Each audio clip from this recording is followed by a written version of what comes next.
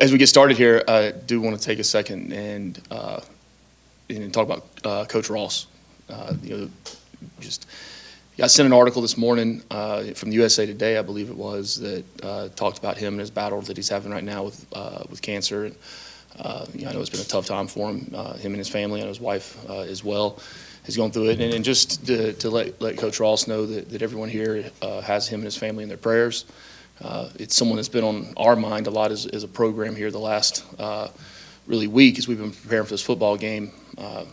Knowing the outcome of the 1990 season, and really the first time these two teams meeting again since then. So, what a great coach, great man. The stories I hear about how he ran the program and built the program, and then went on to the NFL and had his success there. It's an honor to sit in the same seat that he sat in. And you look at the coaches that came out from underneath him, and really his coaching tree, and a lot of outstanding coaches and a lot of coaches that really impacted me in my life that came from underneath Coach Ross. So I just want Coach to know that everyone here at Georgia Tech's thinking about him, and he'll be with us as we go to play this game on Friday. So I also start to reflect a little bit about the times and how things have changed since 1990 until now in college football, from split national champions to then the BCS, and then playoffs, and now where we are today, and then just all the things that have happened, whether it be from the coaching side, the player side, the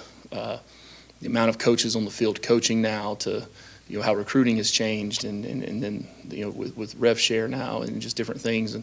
But it just reminds you that college football is always changing, and where we're at now is not where it's going to be in 15 years. So that's what makes it exciting. That's what makes it fun, and we're excited to kick off the season this Friday night. So. You got a quality opponent we're going to play. Again, it's first game of the season, so you focus on yourself and what you have to do, how you have to go out and execute, and put a plan together, and then, as we say all the time, you're only as good as your base calls, and then it's up to us to go in and play the way we're supposed to play, and make adjustments as coaches and put our players in position to be able to go execute. Questions? You talked to any of those guys from the 1990 team about this game? No, not about the game. I mean, I've talked to a bunch of them. Not really since training camp started. I hadn't really talked to anybody, Chad. Talked to our coaches and my wife when I get home at night, and Harper in the morning when I see her. So, she had her first soccer practice yesterday. She's really talented, really talented. So I was pretty excited to see that, see the videos of that coming in. But I haven't. I've got a lot of really close friends from those teams. We've talked a lot, and I'm sure we'll talk here in the next couple of days, or I might see some of them out there or whatnot. But it doesn't have any impact on this game, but I know it means a lot for them. What have you seen from Colorado's offense when you look at the tape? Obviously, they have a lot of new pieces now, but very different. We don't know exactly what they'll be. Again, that's how we've got to be able to play our base defensive calls, and how we rally to the football, how we diagnose, and it always starts. It starts with getting the call, getting aligned, proper alignments, getting the right stance, eyes in the right spots, reading the right keys, then being able to go and once the ball snapped, be able to play with discipline and play your responsibility out and play 100 miles an hour. So, look, they have two quarterbacks there that we both know about, and we're preparing for both of them. Wouldn't be surprised to see both of them play in the game, or they could go with one the whole time out. We don't know that. We can't predict that. So those things we can't really affect or do anything about. We're not going to. So I guess we'll see on Friday. But we're expecting them to be a dynamic offense. That's not going to change. I mean, coaches are the same, coordinators the same. That's calling the plays. So they got two really talented quarterbacks. One of them's had a lot of production at the college level, and one of them's had a tremendous amount of production at the high school level, and was a mid-year and been there in the system for a while. So, big offensive line. We talked about that the other day. So it's going to be important to us to be able to get out and do those things, all those things that happen before the snap, and then be able to go play hard during the snap and execute. I know you talked about this a little bit the other day, but these national spotlight games to start the year based on the schedule, week 0, whatever it may be, what do you like about those opportunities for the program? Yeah, well, anytime you have your program in the national spotlight, it's a good thing. And The more of those we can play, the better. We want to play in as many of those as possible. And hopefully every team we play this year has had a really good record up into the time we play them, and us, and we are in the spotlight. But that's part of building a program too, is putting your program in that spotlight, and teaching your staff and your players and everybody in the organization how to deal with the spotlight, to deal with that, and to deal with expectations and all those things. I was going to ask you about the defensive end position. Who are maybe some of the younger guys who we haven't really mentioned that could make impact Friday or beyond? Yeah, Montre Bradford. That's a guy that played on special teams last year a lot. Jordan Boyd, same thing, got a little banged up in springtime, but he's had a really good camp. Andre Fuller is a true freshman that was getting ready to was playing high school ball this time last year. He's had you talk about freshmen that play as freshmen don't act like freshmen, and he acts like a 35-year-old man, and the way he carries himself. But we laugh about it, but at the same time, we can't forget he has the same issues that all the freshmen do. He's still 18 years old, and we have to understand that. But he's very mature for his age, and that's the reason he's going to be able to get playing time on Friday night. Defensively, what have you seen from Colorado, and kind of what I guess would be things that you look for your offense to be mindful Can you of? say that again? 'Cause I got That's right. Colorado's defense, in terms of how you approach them, what are things that your offense needs to be mindful of as they try to attack that defense? Well, I mean, if you say it in the word mindful of, it's more, that means we're being reactive, and we don't want to be reactive in anything we do.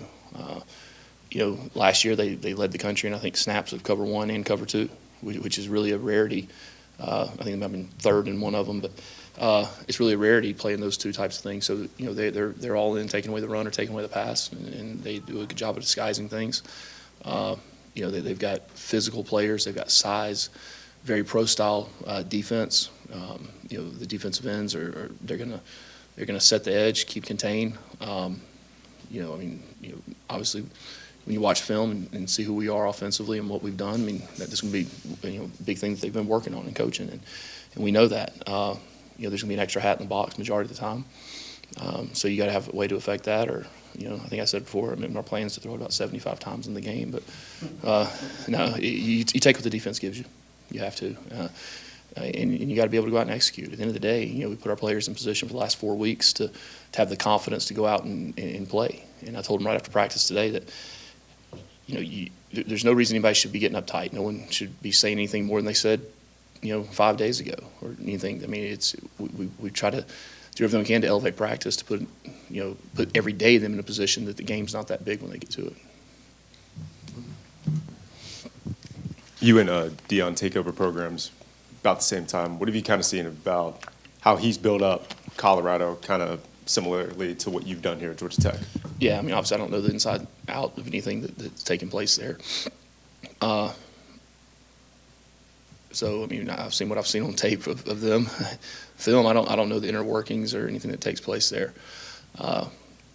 Mad respect, though, for any time you take over a program, in the build and, the differences now than it used to be with the acquisition and the retention of personnel, and being able to get collection of new guys in, and we've talked about that before, that no 1 year is indicative of the next, and to be able to put those guys in a position to go out and play cohesive football and play together. Obviously they've done a really good job of that, and they've made so much improvement from year 1 to 2.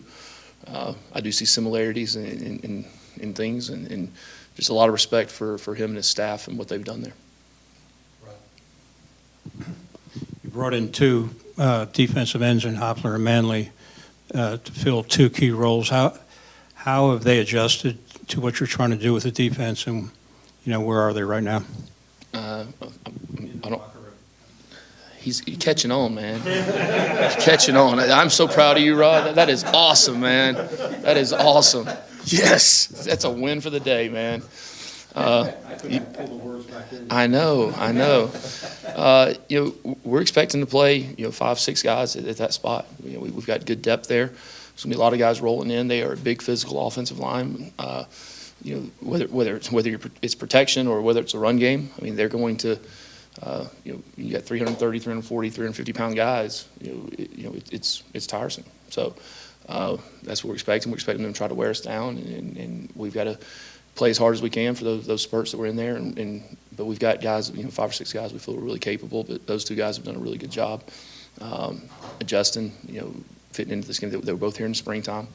So, no different than a freshman or any other newcomer. They've learned what to do, how we do things. Now it's time to turn the lights on and let us all go see them go play.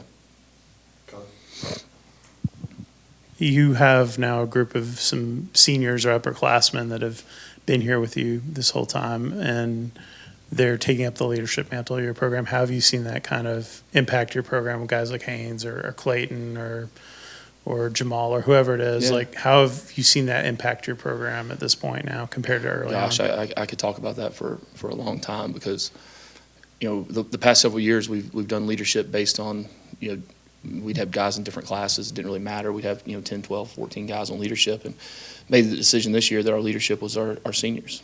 And there's 27 of them. Anytime you have 27 seniors, it's a good thing, especially when a lot of these guys have been in the program for a while. But what we've seen is that guys that people might think should be leaders that just naturally aren't, or and some people don't want to be, and that's perfectly fine. I'd rather know that than try to put a square peg in a round hole, right? And there's a lot of guys that want to be that might not naturally be, okay? Or there's 1 year left, and maybe they've made mistakes in the past couple of years, right? So when you have a collection of seniors, it helps all of them elevate themselves, all right? And then you got the guys, like Haynes, where, in the past, was it 2 years ago? I think a lot of times people just looked at him as being the leader, or looked at him to make a play when you needed a play in a game. And that's a lot of pressure on a young person. That's a lot of pressure, to be the quarterback, to be the leader, to be the playmaker, right? Now, that's what their job is, but at the same time, the shared burden of that helps a lot. And to have a lot of guys on the team that collectively can lead now, it takes a little bit of that burden off of one individual person. Anything else for Coach? Tom? You've started the season with a lot of these road games, neutral site, like all these different versions of things. Since you've been a coach, you talked about that on Sunday. What is it like to take a longer road trip, and do you lean on stuff that you guys did in terms of the trip to Ireland? Like, it's a little bit longer than just Two going. totally different ways. One's east, one's west. Sure. Totally different. Look, I mean, I really think people try to make a lot more of that than it is. Like if it was that big of a deal, the National Football League wouldn't do it every week, right? We are heading out a day early, but other than that, we've got our protocols that we're going through, things we're doing. I know what you're asking, and I know what you're trying to get me to say, but I'm not. And we've talked about it as a team. The team knows exactly what we're prepared to do and how we're going to do it. In the past, we've put those things together. We have a strong group of people in our building, whether it be the athletic trainers, Brad Kimball and his staff, AJ and his staff, Pat Boyle, Sean Boyle, Jordan Diaz does an outstanding job with the sports science. We've got a full rack of guys that help us with that, and I believe we've got a really strong plan in place. Luke? I'm sure every coach that goes out to Colorado gets asked this, but how do you prepare for altitude? I just answered that. Yeah, I'm not telling you. I'm not telling you. Yeah, we've got things in place. We've got a lot of things in place. It was great to have Coach Gailey here last week. Someone that coached 10 years up there in Colorado, and then in the NFL, had to travel to Denver a lot of times. So he was a good resource for things. But we and I mean, I've reached out to a lot of people. Played there before. I've played, well, not in Boulder, but played out that way before, and a lot of people have. So I've 100% believe in the plan we have in place. Okay. If there's nothing else, we'll wrap up. That's it. All right. Go Jackets.